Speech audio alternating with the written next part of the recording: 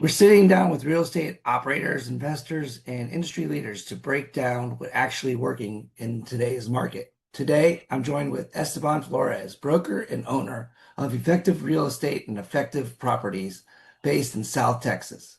Esteban specializes in commercial investment, land acquisitions, and new construction development, and brings a unique edge with his background in operations, technology, and hands-on construction.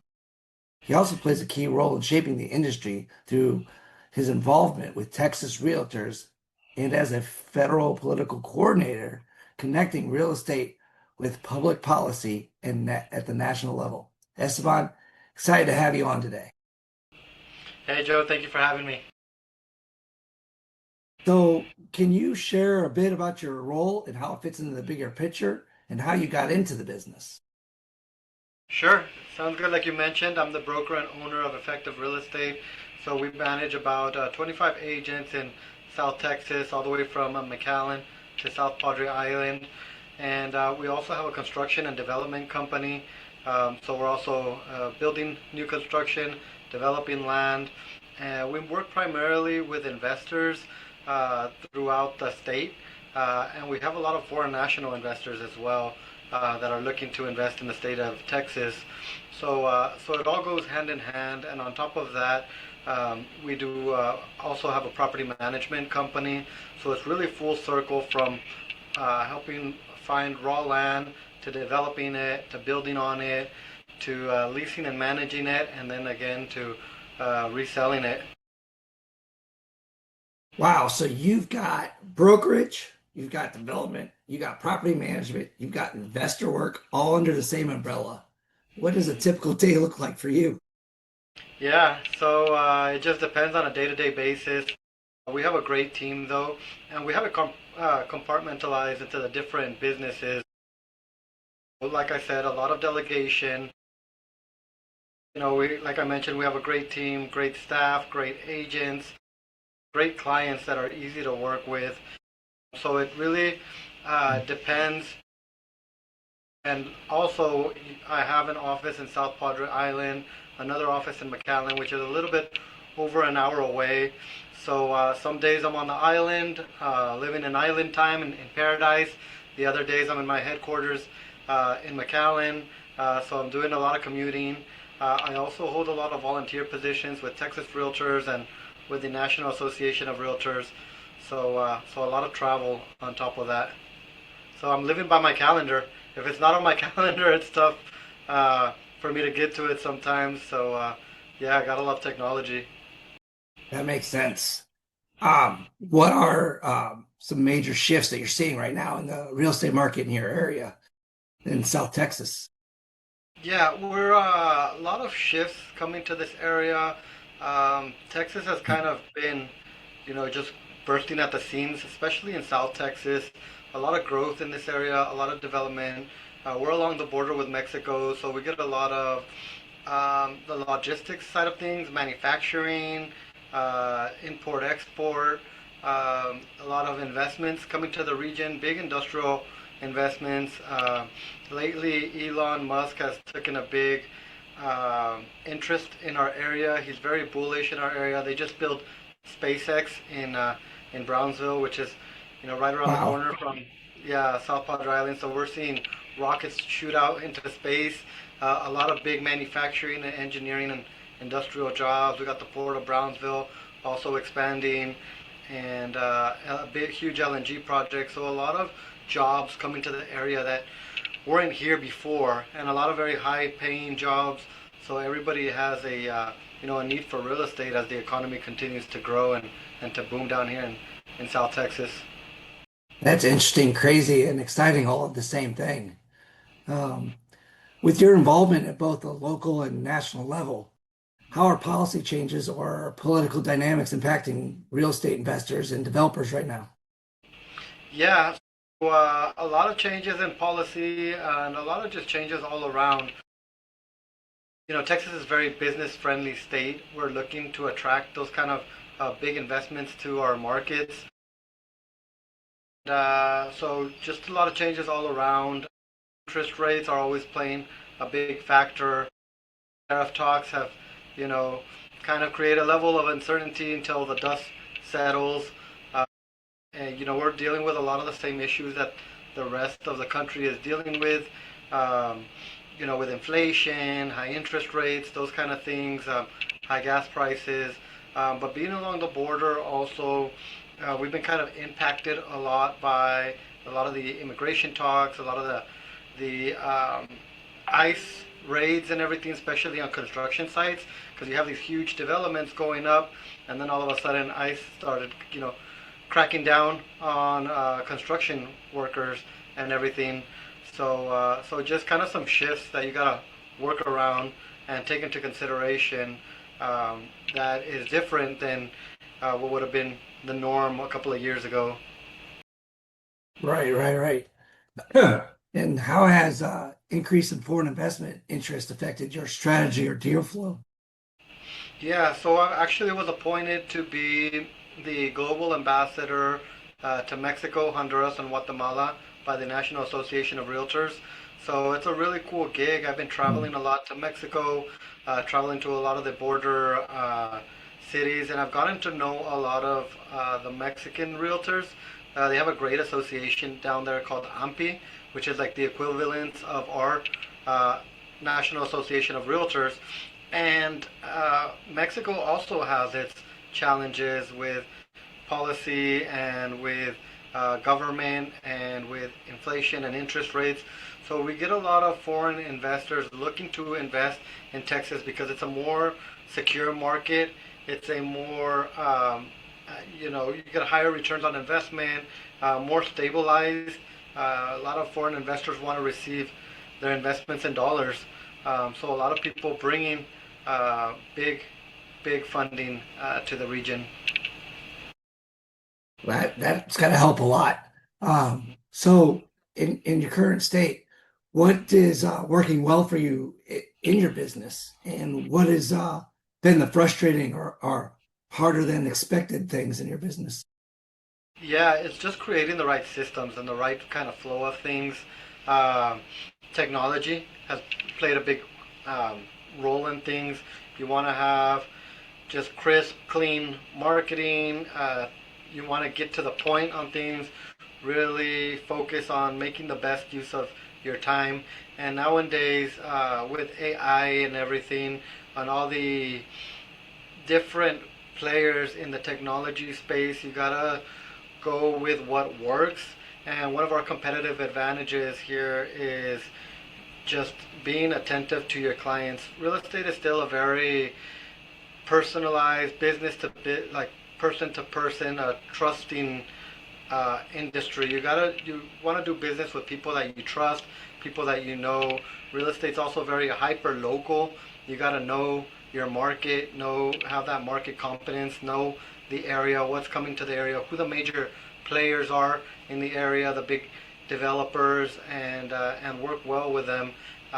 So staying in front of the people that you know that are gonna make things happen, and in those kind of trusted spaces, and have that confidence and that credibility that you're gonna work on deals that are gonna get you somewhere. So through different technology platforms, we've got a very sophisticated technology stack here at Effective Real Estate, from marketing to lead generation to transaction coordinating, to being able to take deals, very complicated deals, and structure them and make them as easy as possible for our clients, and making sure that our clients get a good return on their investments, so they keep coming back, and scaling that. That's a lot.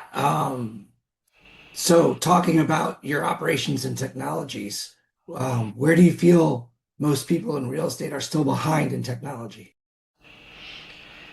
Um, that's a good question.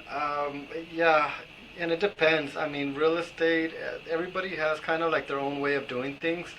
A lot of people are trying to do everything themselves. Um, and I got caught in that too. I mean, sometimes I feel like I'm the receptionist and the janitor and, you know, uh, investor and the builder and the broker in some deals and stuff like that. But I think you gotta respect everybody's roles in the transactions and work with competent people and also be proactive and responsive. There's also a lot of issues that come up. Like I say, like you got to be putting out fires every day, but making sure you're putting them out as they come along and not letting things kind of escalate or linger or get worse.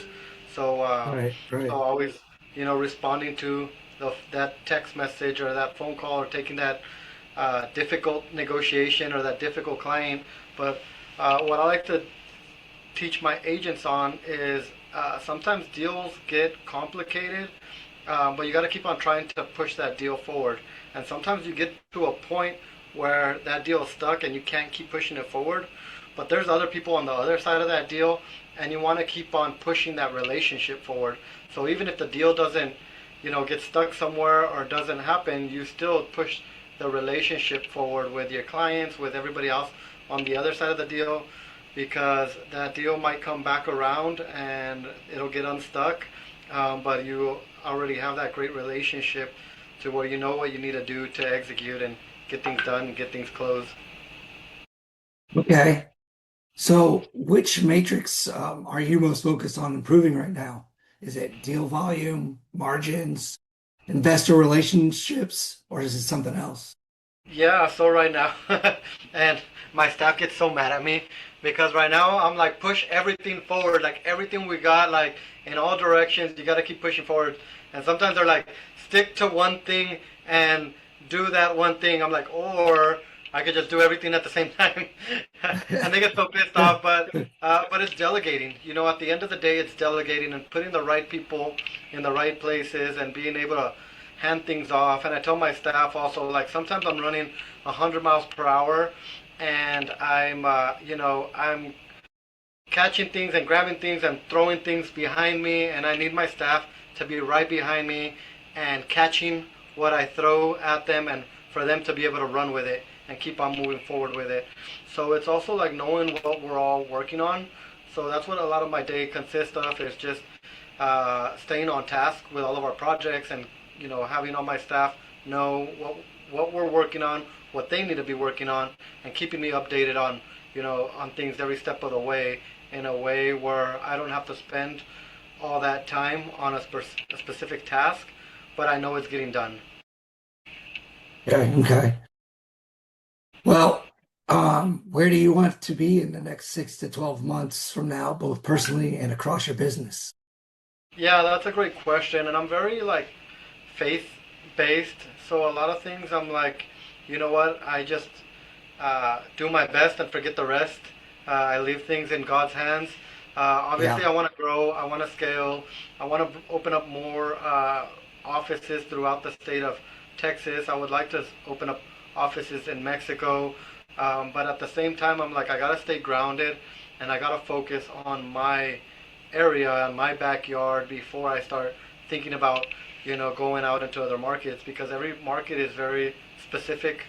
Um, so just continuing to scale, continue to grow all the businesses, and just do fun deals and work with on fun projects with fun clients, and have a good time. You mentioned that with development and new construction, are you looking to scale that side more aggressively? Yeah, yeah, and the sky is kind of the limit when it comes to development and construction. Um, Literally, there's so many different things that you can do with it. But just getting into fun projects that are easy to execute and to work on, and that are profitable. And it's very exciting to take a piece of dirt, raw land, and to go through the whole subdivision process and bring in utilities and develop it and urbanize it and then build on top of it, and seeing nothing turn into something, and starting with a vision and just building it out and creating it. from having it in your mind to having it with a group of people to putting it on paper to pulling permits on it, and then till you see people actually moving into the spaces is very exciting and a very rewarding process to be able to, make things happen like that. That's very cool. So, if you could solve one major bottleneck in your business today, what would it be? That's a great question. Everything's kind of just changing and evolving, um, and delegating. I think being able to take myself out of the equation. I feel like a lot of my businesses are too dependent on me right now, and sometimes my staff is scared to make a decision without me. They're very dependent on me for little decisions that need to be made, and a lot of times I'm like, hey, you guys gotta own it, make a decision, own it, and run with it. So I think for me, it'd be taking me out of the equation to be able to just focus on the bigger picture. Understood. It's different for Well, everyone. very interesting. Yeah, for other people. Say that again. That might look different for other people. That's just kind of where I feel like I'm at right now. Okay. Okay. Well, no, this is all very insightful and great information. And I'm glad that you shared that for my listeners. Um, so, as we've been speaking with Esteban Flores from Effective Real Estate, Esteban, thank you for joining us today. We appreciate you sharing your insights, what you're seeing in the market, and how you're building your business. Thank you for having me, Joe. It's been a pleasure.